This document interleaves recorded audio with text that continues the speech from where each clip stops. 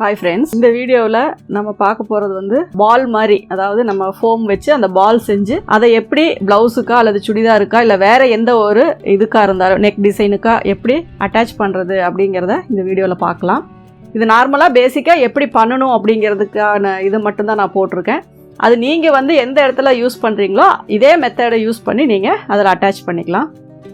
அதாவது இந்த உள்ள ஸ்பாஞ்சு வச்சு நீங்கள் ரோல் பண்ணும்போது ரொம்ப அதிகமாக வச்சு பண்ண வேண்டாம். அதே மாதிரி ரொம்ப ஹார்டாகவும் சுற்றிட வேண்டாம். கொஞ்சம் லூஸ் விட்டு அந்த பால் தெரிகிற அளவுக்கு மட்டும் சுற்றுங்க.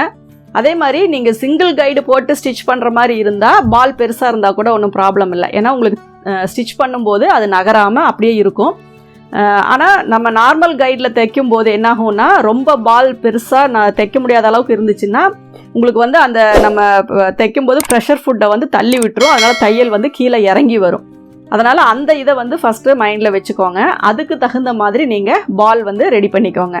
இப்போ இந்த மாதிரி பால் வந்து ஸ்பாஞ்சு வந்து உள்ளே வச்சு ஒரே அளவாக நீங்கள் இந்த மாதிரி ரெடி பண்ணிக்கோங்க. இது மேக்ஸிமம் நம்ம கான்ட்ராஸ்டான ஒரு சாண்டில் கலரில் இது வைக்கிறோம் அப்படிங்கும்போது உங்களுக்கு அது கான்ட்ராஸ்ட்டாக தெரியும். ஒரு ப்ளவுஸுக்கு பேக் ஓப்பன் ப்ளவுஸாக இருக்கட்டும் அல்லது ப்ளவுஸ் நெக் டிசைனாக இருக்கட்டும், எந்த இடத்துலையா இருந்தாலும் நீங்கள் வந்து ஒரு ஸ்லீவுக்காக இருந்தாலும் ஸ்லீவுக்கு வந்து நடுவில் இந்த பால் வர மாதிரி, அதே மாதிரி பேக்கில் சென்டரில் வந்து இந்த பால் வர மாதிரி நம்ம வைக்கும்போது அதை எப்படி வச்சு நம்ம அட்டாச் பண்ணணும் அப்படின்னு பிகினர்ஸ்க்கு வந்து ஒரு ஐடியா இல்லாமல் இருக்கும்.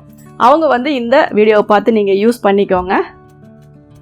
இப்போ நார்மலாக ஒரு ரைட் லெஃப்ட் வர மாதிரி கிளாத்து, அதாவது நம்ம ப்ளவுஸுக்காக இருந்தாலும் வலது பக்கம் இடது பக்கம் ரெண்டு இது வரும். ஃப்ரண்ட் நெக்கு, அதாவது பெரிய லாங் கவுனு சாரியில் ஃப்ராக் தைக்கும் போதெல்லாம் சென்டரில் இந்த பால் டிசைன் தான் நம்ம வைப்போம்.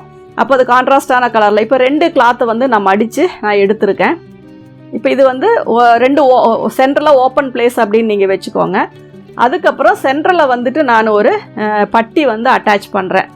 இது வந்து நீங்கள் சைடில் ஓவர்லாக் போட்டு கூட ஒன் சைடு ஃபோல்டு பண்ணி ஓவர்லாக் போட்டு கூட அதில் வச்சு நீங்கள் அட்டாச் பண்ணிக்கலாம். இந்த பால் வந்து நீங்கள் வலது பக்கம் தெரிகிற மாதிரியும் வச்சுக்கலாம், அதாவது ஓவர்லாப் இடது பக்கம் வர்ற மாதிரி கூட நீங்கள் வச்சுக்கலாம். உங்களுக்கு எப்படி விருப்பமோ அது மாதிரி வச்சுக்கலாம்.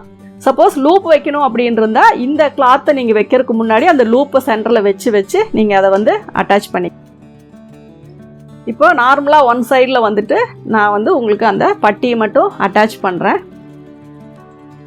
இது அதாவது இப்படி ஒரு பால் வச்சு நம்ம தைக்கும்போது அதை கொஞ்சம் ஈஸியாக பண்ணுறது எப்படி அப்படிங்கிறதுக்காக தான் இது. ஏன்னா நீங்கள் அதில் வச்சுட்டு அது மேலே இதை வச்சு தைக்கும்போது என்னாகும் அப்படின்னா கீழே இருக்கிறது அந்த மேடும் பள்ளவுமாக தைக்கும்போது உங்களுக்கு கஷ்டமாக இருக்கும். அதனால் இது இந்த மாதிரி வரும்போது நம்ம எப்படி ஸ்டிச் பண்ணுறது அப்படிங்கிறது தான். இப்போ இதை வந்து அப்படியே உள்ளுக்குள்ளே ஒவ்வொன்றா வச்சு மேலே அப்படியே தையல் போட்டுருங்க.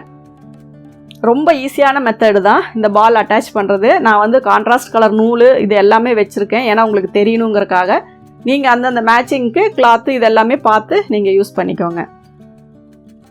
நெருக்கமாக வேணுனாலும் வச்சுக்கோங்க, இல்லை மூணாக வைக்கணும், இல்லை ரெண்டாக வைக்கணும், கேப்பு விட்டு எந்த ஸ்டைலில் வைக்கணும். இப்போ ஒரு சுடிதாருன்னா மேலேருந்து கீழே வரைக்கும் நம்ம இந்த பால் கொடுக்கலாம். ஒரு ஸ்லீவ் டிசைன்னா ஸ்லீவுக்கு இந்த பால் கொடுக்கலாம்.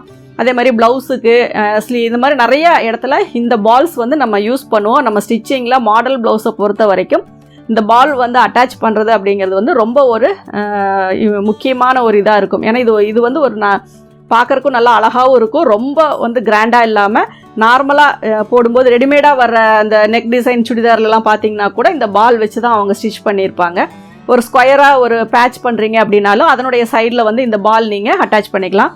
இப்போ நான் த்ரெட்டும் வந்து சேம் கலரில் போட்டிருந்தேன்னா உங்களுக்கு கரெக்டாக அந்த பால் மட்டும்தான் அந்த இடத்துல உங்களுக்கு தெரியும். சப்போஸ் உங்களுக்கு அந்த நான் எப்படி ஸ்டிச் பண்ணுறேன் அப்படிங்கிறது உங்களுக்கு தெரியாதுங்கிறதுக்காக தான் நான் கான்ட்ராஸ்டில் த்ரெட்டு போட்டிருக்கேன். இது வந்து எவ்வளோ, ஏன்னா இப்போ தைக்கும்போது உங்களுக்கு நார்மல் கைடு போட்டு தான் நான் தைக்கிறேன். இப்போ இதுலேயே நீங்கள் பால் வந்து ரொம்ப கெட்டியாக அல்லது உள்ள ஒரு பீடு வச்சோ அல்லது நம்ம இது வச்சு தெர்மாக்கோல் ஷீட்டில் வர பால் வச்சோம் அப்படின்னா உங்களுக்கு தைக்கும்போது என்ன ஆகும்னா ஸ்லிப் ஆகும். அப்போ வந்து அந்த மாதிரி வர இடத்துல நீங்கள் வந்து சிங்கிள் கைடு போட்டு தைச்சிங்க அப்படின்னா இந்த பால் வைக்கிறது நல்லா நீட்டாக இருக்கும். அதனால் இந்த மாதிரி எந்தெந்த டிசைனுக்கு இது வைக்கலாம், எப்படி வைக்கலாம் அப்படிங்கிறத பார்த்து குட்டீஸ் ட்ரெஸ்ஸு, பெரியவங்க ப்ளவுஸு, சுடி எல்லாத்துக்குமே இந்த மாதிரி நீங்கள் பால் வைக்கும்போது அது பார்க்குறக்கு ரொம்ப அழகாக இருக்கும். இந்த வீடியோ உங்களுக்கு பிடிச்சிருந்ததுன்னா லைக் பண்ணுங்கள், ஷேர் பண்ணுங்கள். Thank you viewers.